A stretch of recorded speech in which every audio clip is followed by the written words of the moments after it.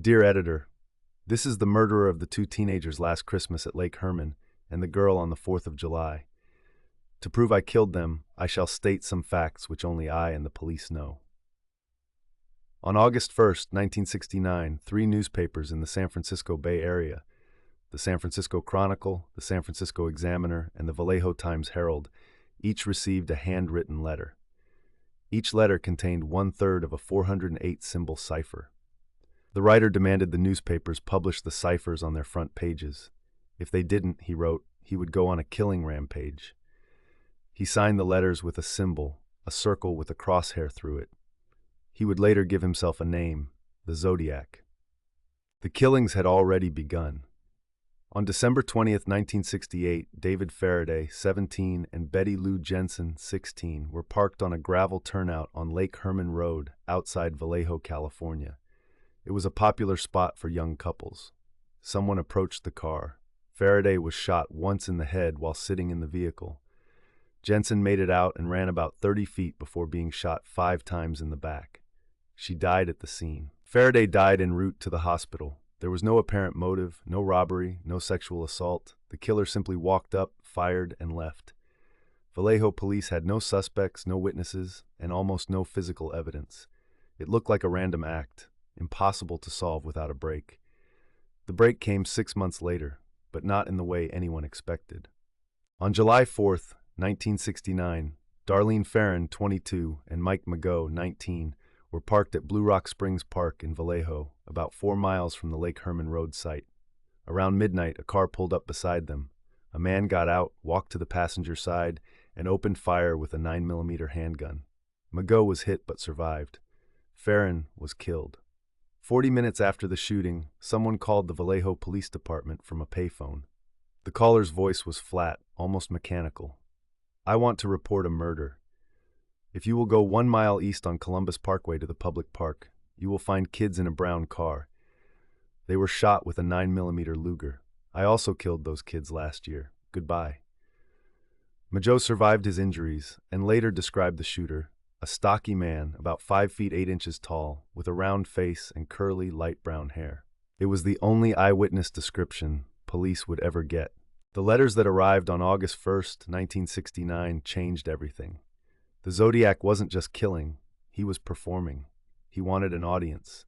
The 3-part 408-symbol cipher was cracked within a week by Donald and Betty Harden, a schoolteacher and his wife from Salinas, California. The decoded message read, in part, "I like killing people because it is so much fun. It is more fun than killing wild game in the forest because man is the most dangerous animal of all." The message continued with a claim that his victims would become his slaves in the afterlife, a bizarre, possibly delusional belief system that investigators never fully understood. But the Zodiac also sent a second cipher, the 340 cipher, that proved far more resistant. It remained unsolved for 51 years. In December 2020, a team of 3 codebreakers, David Oranchak, Sam Blake, and Jarl Van Eyck, finally cracked it using computational methods. The decoded text was less revealing than hoped. "I hope you are having lots of fun in trying to catch me. I am not afraid of the gas chamber because it will send me to paradise all the sooner." No name, no confession beyond what was already known. The Zodiac was taunting them even through his ciphers. On September 27th, 1969, the Zodiac attacked again, but this time he appeared in person in a way that defied any profile. At Lake Berryessa in Napa County, Brian Hartnell and Cecilia Shepard were picnicking on the shore when a man approached wearing a hooded costume with the crosshair symbol sewn onto the chest. He carried a knife and a gun. He told them he was an escaped convict who needed their car and money. He had Shepard tie Hartnell's hands, then he tied Shepard's. Then he stabbed them both repeatedly. Hartnell 6 times, Shepard 10 times. Hartnell survived. Shepard died 2 days later in the hospital. Before leaving the scene, the Zodiac walked to Hartnell's car and wrote on the door with a black felt tip marker the dates and locations of his previous attacks, capped with a crosshair symbol. An hour later, someone called the Napa police from a payphone. He said in the same flat, calm voice, "I want to report a murder. No, a double murder. They are 2 miles north of park headquarters. They were in a white Volkswagen Carmen Ghia." A palm print was lifted from the phone. It was never matched. 2 weeks later, on October 11th, 1969, the Zodiac killed for the last confirmed time. Paul Stein, a 29-year-old taxi driver, picked up a fare in downtown San Francisco. The passenger directed Stein to the intersection of Washington and Cherry Streets in the Presidio Heights neighborhood.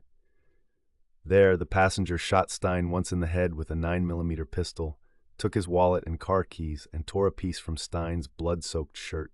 3 teenagers watched the attack from a window across the street. They called the police.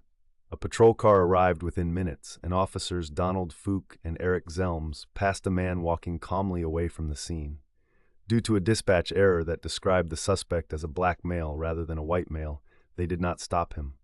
Officer Fook later provided a description.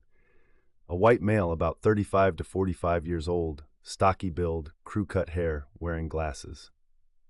This became the basis for the famous Zodiac composite sketch. The torn shirt fragment appeared in subsequent Zodiac letters, proving the letter writer and the killer were the same person.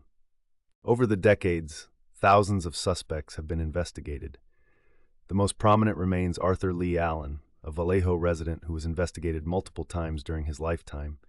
Allen was identified by Mike Mageau in a 1991 photo lineup. His acquaintances reported disturbing statements. He owned a Zodiac brand watch with the crosshair logo, but Allen was never charged. His handwriting didn't match. His fingerprints didn't match. A 2002 DNA analysis of saliva from a Zodiac letter envelope excluded him, though that DNA may have come from someone other than the Zodiac who licked the envelope. Allen died in 1992. In 2021, a group called the Casebreakers publicly named Gary Francis Post as the Zodiac, claiming they had identified him through forensic evidence. Their claims were met with skepticism from law enforcement. The FBI and San Francisco Police Department stated the case remains open. The truth is, we don't know.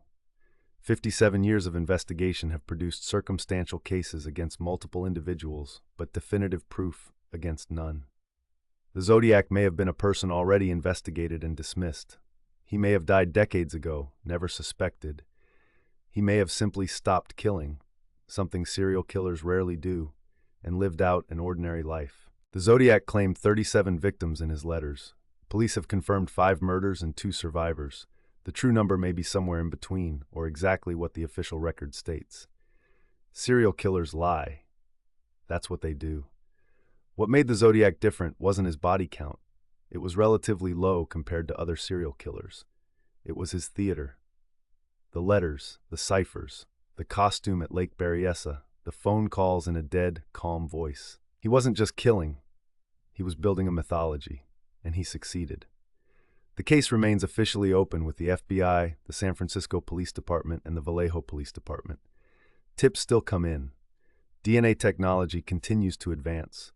Genetic genealogy, the method that identified the Golden State Killer in 2018, could theoretically be applied if viable DNA from the Zodiac letters can be extracted.